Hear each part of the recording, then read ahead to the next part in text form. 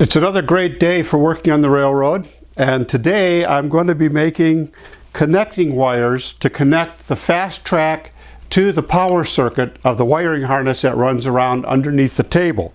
You can buy these connecting wires already made up from Lionel or other sources, but they're a little bit expensive, and what I'm going to be putting together today will be a whole lot cheaper than what you see from Lionel or from some other sources. I'm using this wiring that I just received today in an order from Del City. Del City is an electric supply house that I've used several times for buying electrical connecting wires and terminals, other things, and their service is great. Their quality has always been very consistently good, and the shipping time is very quick. Even right now, when we're in the middle of this coronavirus lockdown, they're still shipping quickly.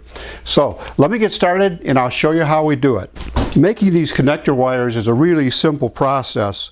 I just have to put the terminal ends on both ends. One end is these push-on terminal ends that connects with the Fastrack, and the other end is a fork connector that connects with the terminal block under the table. The slide-on, push-on connectors for the Fastrack are simply crimped in place. For the connectors that I use with the fork connectors that go into the terminal block, I've crimped them in place first, and then I've got a heat shrink insulation on here that goes the next step. Now, in order to seal this up tight, I'm using a reflector on the end of my heat gun, and that reflector does a nice job of shrinking the insulation all the way around in one go. So here we go. There, that fork connector is attached with the crimp plus the heat shrink, and that's going to stay in place. It's not going anywhere. Let me do the other one, the other fork connector, and again you could slide it down in here with about 1/4 inch of the wire stripped.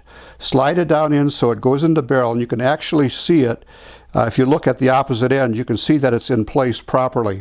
Then it's time to crimp it, and the crimping tool I'm using here is on my wire cutter, and just crimp it down good, and you're all set. Now when I do the heat shrink on there, that will further secure this so it's not going to move.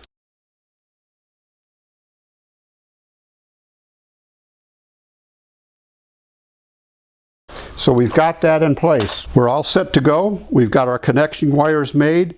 Now it's just a question of fishing them under through the table and fastening them onto the Fastrack pieces. Almost all Fastrack has connectors underneath, so you don't need to really buy special terminal blocks. Most of the larger pieces of Fastrack, 10 inches and above, will definitely have them, and some of the 5 inches will have them too. These are the connectors underneath for the terminals that just push onto those. The size of the terminals that you need to use on Fastrack for the push-on terminals are 11/100ths of an inch. I've made the connections under the table with the black going to the ground wire and the red going to the yellow circuit wire that's for track number 3 and the terminal block under the table. Now it's just a question of sliding them on to the terminals here under the Fastrack. The red, the positive, goes on the center track, and the black, the negative, will go on the outside track. And so this is the center connector here. Just I have to slide it on there. I find it's helpful to use a curved needle nose pliers to do this with. Just it works better for me to try to do it that way. Once I get it started, I can push it the rest of the way on pretty easily. There we go. There, that's a firm connection. Now the same thing with the black on the outside terminal. It's just a question of once I get it started and then pushing it on the rest of the way. There are some other features under here that are designed to help you keep your circuits solid and not have loose connections developing. And as soon as we get this one connected up, we'll go take a look at that. Here we got her on. Give it a little push, connect it up solid.